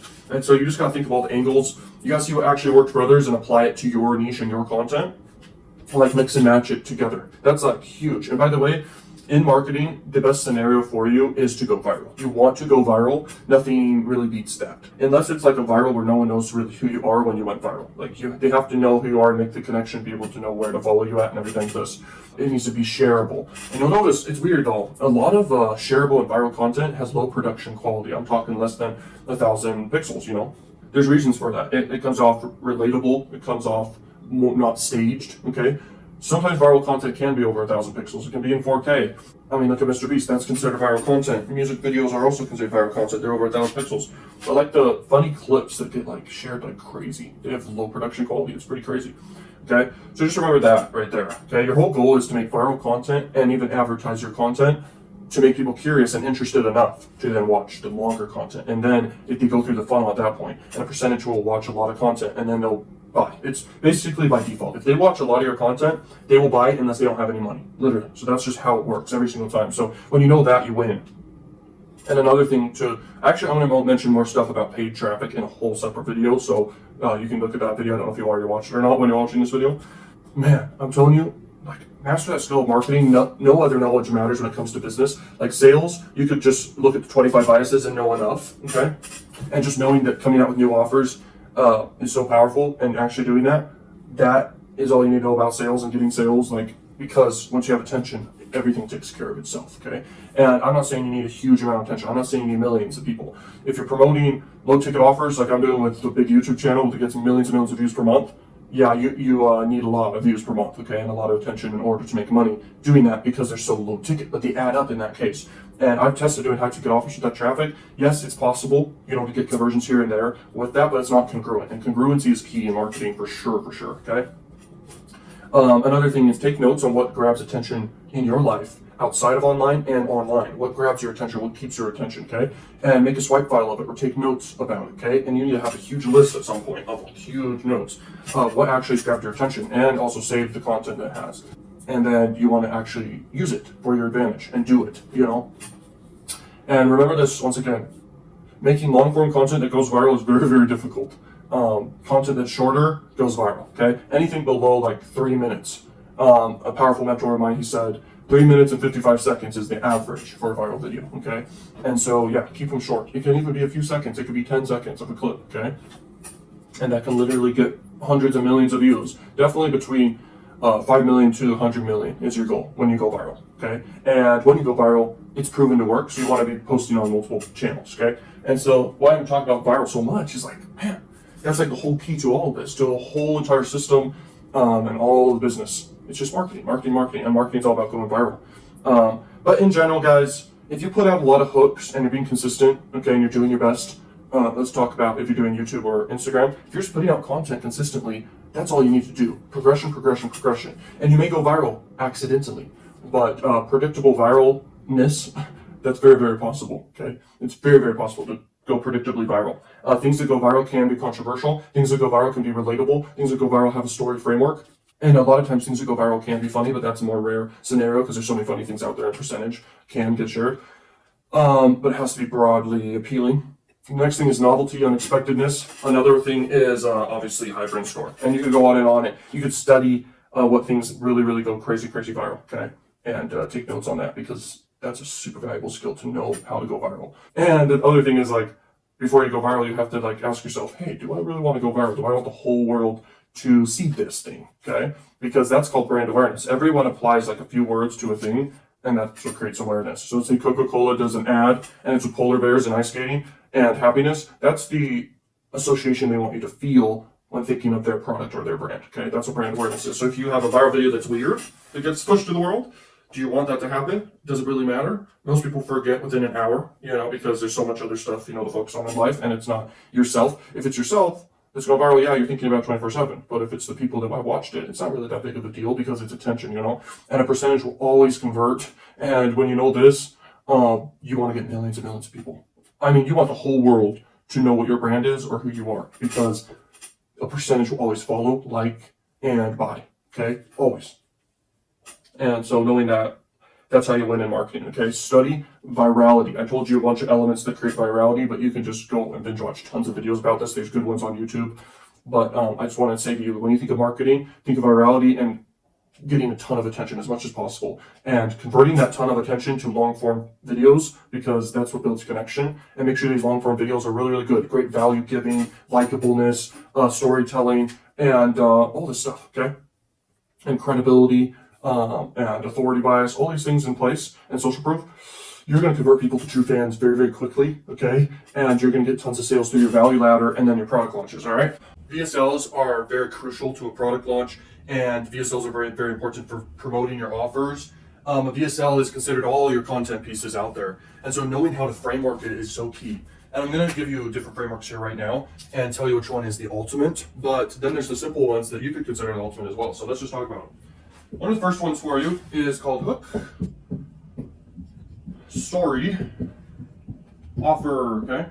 The story element represents messaging and all the content inside and giving value and actually telling stories. It's just the content in general, okay? It's mainly about building reciprocity as that element. Now the hook hooks them in to actually stay till the end. Staying till the end might be right here, where there's a payoff at the end, or just a great bonus, or just the value in general. People are going to get hooked because of this. But at the end of your content, you're going to pitch. And you're going to pitch naturally and quick. And you could do nudge marketing, or you could do straight up pitch and inform people about the offer and everything. Or you can just say, hey, check this offer out. It'll give you X benefit, okay? And you can mess with all this, and there's just endless amounts of stuff you could do there. This also works for VSLs. You can do a VSL with this too. House script. This is for VSLs. This is not for content necessarily, but you can still do content with this in a way. So the who is like, hey, my name is Benjamin Fairborn, and then what is what you're offering them, okay? And you tell them about what you're offering, everything about it. Then you say why, and the why is very important. It can be the story behind it. It can be your excitement behind it, your emotion behind why. Next is how, and how is like how they take action on it, how do they move forward with it, how do they actually purchase, okay? And you can kind of walk them through that. Now I'm going to give you some tips about VSLs real quick. If you know this, you'll have money forever, okay? Emotional transference, and I think that's supposed to be named. So emotional transference is huge. I'm talking, you're able to transfer an emotion within yourself to them, and the emotion you really want to transfer is excitement. Making people excited to buy and freaking out, okay? You want to build hype inside that video, okay? You want to transfer that emotion. And I'm telling you, leaders throughout time and influencers throughout time and just people who made a lot of money throughout time, they've mastered this. You can sell anything to anyone if you have this power, okay? All this is great, but when you're just talking about something with super extreme emotion that's genuinely true, it's literally no cap. There's no limit, okay? So that's one of the most powerful things I want to explain here. I also learned from a powerful mentor of mine about another thing, and this is huge, okay?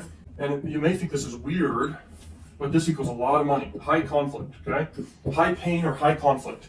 And what I mean by that is essentially in a VSL, if you're able to, you know what your offer is and you know your market and then you know what their pain point is, what you want to do is agitate that like crazy, and you want to tell a story that has insane conflict and pain inside the story. The higher it is, the more money you'll make tenfold. So, man, I'm telling you, like, the thing is, the conflict and the pain in a story, that's what creates emotion and the emotional transference. And if you can make a video where you tell a story that has the high conflict and pain, and you also are excited when it comes down to talking about your offer or the solution, you'll crush it. So here's how you do the story. You say, hey guys, let me tell you a story, or you try some method of hooking up to the end. You can ask a question, do anything, or just have the big promise. The big promise is one of the best hooks for VSL out there. The big promise is the big promise for them. You get to a story of high conflict, and you're the character, and you had a big problem. You get problem solved by the offer, a mechanism, or something associated to the offer, like you discovered something that helped you, or this product specifically helped you, like a physical product, or some method helped you, okay? And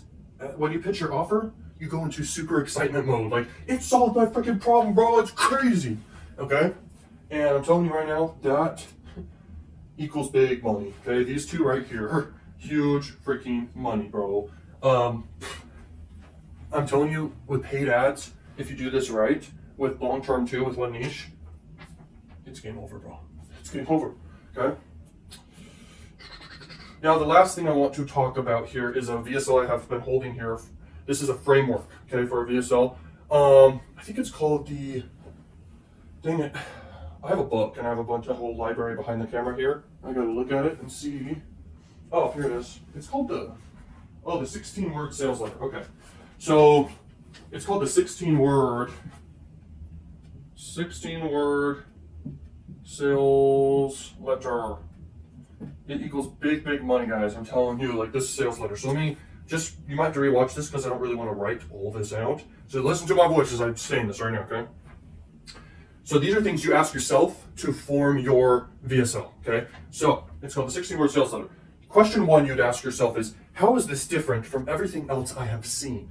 How is this different than all the other products out there, okay? And you're gonna write it down why your offer is different, okay? You're gonna write a whole list of it. You're putting together your VSL doing this, okay? This guy has made hundreds of millions of dollars doing this that I learned from, just this VSL thing right here. And I'm telling you, this is why people buy. This is everything right here. And he covers it all in a perfect format, perfect order and everything, okay? So that was question 1. Next is, what's in it for me? Okay, so you are asking that for the customer. So what's in it for them, basically? So what are the benefits? What are the features? Why is it different? Why is it better than everything else? Okay, what's in it for them? That's why people really buy. High reward for low pain of the purchase, okay? How do I know this is real? So you would have a bunch of proof, a bunch of authority, a bunch of association to referrals, just social proof and everything. Like they need to know it's real. Man, so powerful. Next is what's holding me back, okay? So what could be holding them back? There's a lot of things that could be holding them back, and you got to make a list of this. You could look up all the types of objections people have, but price is an objection, trust can be an objection, likability can be an objection. But a lot of it's really trust, or even the price can hold people back, or the offer. Also, urgency can be one too, by the way. Like, why should I take action now? Okay. So next is the who/what is to blame. This is important. So who should you throw rocks at? Okay. Who's an enemy for this customer? Who is a thing or a person? Okay. Person or a thing that's like an enemy to your customer, and that way it can create a bond because you both hate this one thing, okay, that you come up with. Next is why now? Why should they buy now? Why should they buy right now? And that's when you do urgency or scarcity, okay, in your sales letter, okay? Next is why should they even trust you in the first place? And there's a lot of elements to this one. This one's probably the most important because the traffic that gets sent, like I've been talking about this whole time, are true fans. People that really, trust you, like you, want to do business with you, want more from you. That's the traffic you want to send here in the first place. And so how that's formed is they've spent a lot of time with you over here. Oh, whoops, that was the value ladder episode. But in the free content in general and your other products, if they've gotten a lot of value there and they've spent a lot of time with you and invested a lot of time with you, they're going to trust you a lot at that point. You're a friend. So that's why they should trust you. But there's other elements to this, like a lot of social proof or a lot of authority, credibility, and proof.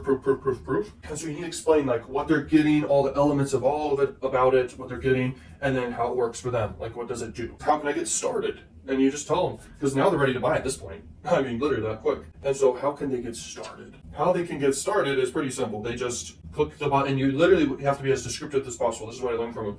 Be as descriptive as possible and tell them why they need to do it. That's pretty much the beginning, but just how to get started, step by step. Like, click this button, give your contact info, and your email address will send to your email address the product, etc., and stuff like that. Okay, you just like boom, and then all the payment methods we allow and stuff like that. And then you ask yourself, what do I have to lose? Like, what do they have to lose? And that's when you have the refund guarantees and all that stuff in place, because they have nothing to lose in that case. That's everything that he does for his sales letter. It's crazy powerful. Congratulations on making it till the end of this program. I know you freaking loved it, and you guys are literally gonna make racks, okay, from this method. Now I want to give you a summary of this method. Basically what it is, it's pick any social media platform out there that you possibly want to do. Whatever you're an expert at, or at least comfortable with, whatever platform that may be. Maybe it's Twitter, okay? But YouTube is the best scenario for you for that, okay? In summary of the whole program here. YouTube. You don't have to show your face. If you don't show your face, you could do a voiceover type stuff, but you need to be consistent with your voice or someone else's voice. It's better to be you, because you have control over yourself, and if you hire someone else, that's more of an expense for your business, okay? And it's inconsistent, and they can leave in the future, and you want consistency. So your whole goal across the board is just build out true fans. So you want to have long-form content and viral potential content on these platforms, and then you need to sell stuff. So you need to have a value ladder in place. A value ladder of a low ticket, mid ticket, high ticket. You can have multiple in each one of those columns. You can refer back to the video about the value ladder if you need to. And then you also need to do product launches to your true fans, and they will buy every single time. Product launches, that's where the big money is. That's where the no limit really is, because you can do a product launch whatever you want and consistently keep growing your audience and true fans forever. So if you stay consistent with uploading good quality content, just doing your best, you don't have to be perfectionist in your niche. And if you run paid ads to boost your content to your exact target market, you can grow, and your target market's super big. If you watch the paid ad video where I talk about the numbers, how to understand the numbers, how to do paid ads correctly, and the mindset behind it, you'll crush it, okay? You will literally make racks and have no issues with money, and you're gonna have no limits, baby.